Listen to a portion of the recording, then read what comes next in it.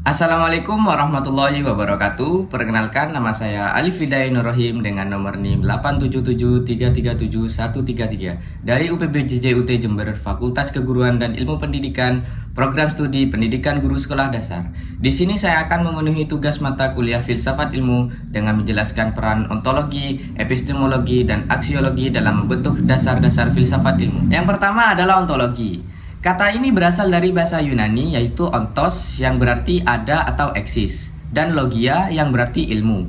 Jadi artinya ontologi adalah ilmu yang bertanya apa sebenarnya yang diteliti. Misalnya begini, coba kita ambil contoh kata mahasiswa. Bagaimana cara membedakan mahasiswa dengan siswa atau pelajar biasa? Jika kita berhasil menjawab pertanyaan tersebut, berarti kita sedang melakukan tinjauan ontologi terhadap sesuatu. Dalam konteks ilmu pengetahuan, ontologi berperan sebagai seorang penasihat yang terus bertanya, apakah ilmu yang kamu pelajari ini benar-benar ada dan bisa dibuktikan keberadaannya? Ontologi mengajak kita untuk berpikir lebih serius, lebih dalam, dan lebih kreatif tentang segala sesuatu yang kita anggap sebagai sesuatu yang ada. Hal ini dijelaskan pada buku materi pokok modul 3 pada halaman 3.28 hingga 3.31. Yang kedua adalah epistemologi. Kata ini juga berasal dari bahasa Yunani episteme, yang berarti pengetahuan, dan logos yang berarti ilmu. Jadi, epistemologi adalah ilmu yang mempelajari asal-usul pengetahuan, cara mendapatkan pengetahuan, serta bagaimana kita tahu bahwa pengetahuan itu benar. Bayangkan saja, kamu punya teman yang berkata, katanya rumah sakit tua di kota itu angker. Nah, pertanyaan epistemologinya adalah, dari mana kamu tahu itu? Kalau jawabannya hanya katanya orang-orang atau perasaan saya, itu bukan merupakan kebenaran ilmiah. Tapi, kalau jawabannya didasarkan pada penelitian, data, dan cara yang terstruktur, barulah itu bisa disebut sebagai pengetahuan yang benar-benar ilmiah. Inilah yang membedakan kebenaran ilmiah dan kebenaran pendapat atau opini. Kebenaran ilmiah bisa diterima oleh siapa saja karena sudah melewati berbagai metode dan prinsip ilmu yang ketat, bukan hanya berdasarkan perasaan atau tebakan semata. Epistemologi memastikan bahwa ilmu yang dihasilkan bersifat sistematis, objektif, dan dapat dipertanggungjawabkan.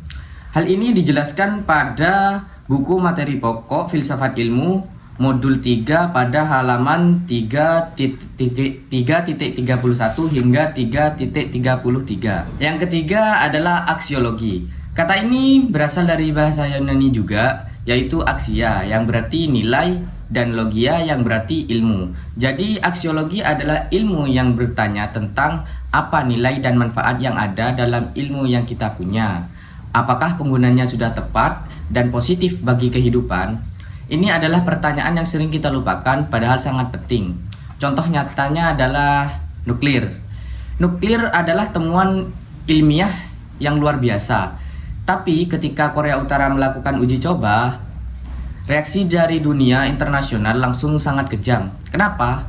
Karena dari segi nilai aksiologi, penggunaan nuklir untuk senjata dianggap bertentangan dengan nilai-nilai etika dan bisa berpotensi menimbulkan bahaya bagi banyak orang. Nah, aksiologi terdiri dari dua komponen utama. Yang pertama adalah etika. Etika yaitu berkaitan dengan apa yang benar atau salah, baik atau buruk dalam menggunakan ilmu. Yang kedua adalah estetika.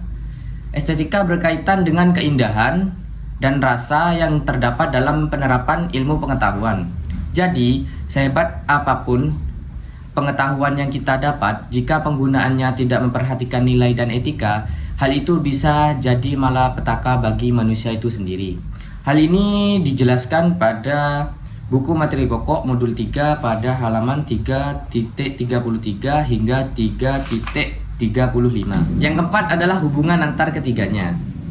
Seperti contoh ketika ingin membangun sebuah rumah, ontologi adalah dasarnya, menentukan apa yang kita ingin bangun dan apakah itu benar-benar ada.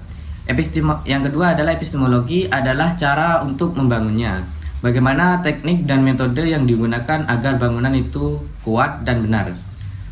Kemudian yang terakhir adalah aksiologi, adalah untuk tujuan serta nilai dari sebuah rumah, mengenai untuk apa rumah itu dibuat dan apakah manfaatnya baik bagi yang tinggal di dalamnya serta lingkungan di sekitarnya. Ketiga hal ini tidak dapat dipisahkan. Ilmu yang baik harus memiliki keberadaan yang jelas, cara mendapatkan yang benar, dan nilai manfaat yang positif.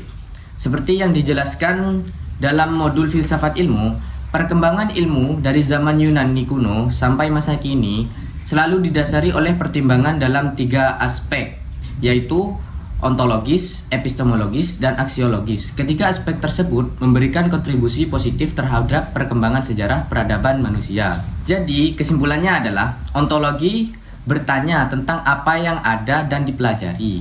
Kemudian, epistemologi bertanya tentang cara mendapatkan dan membuktikan kebenarannya. Yang terakhir adalah aksiologi, bertanya tentang tujuan dan nilai ilmu yang kita miliki.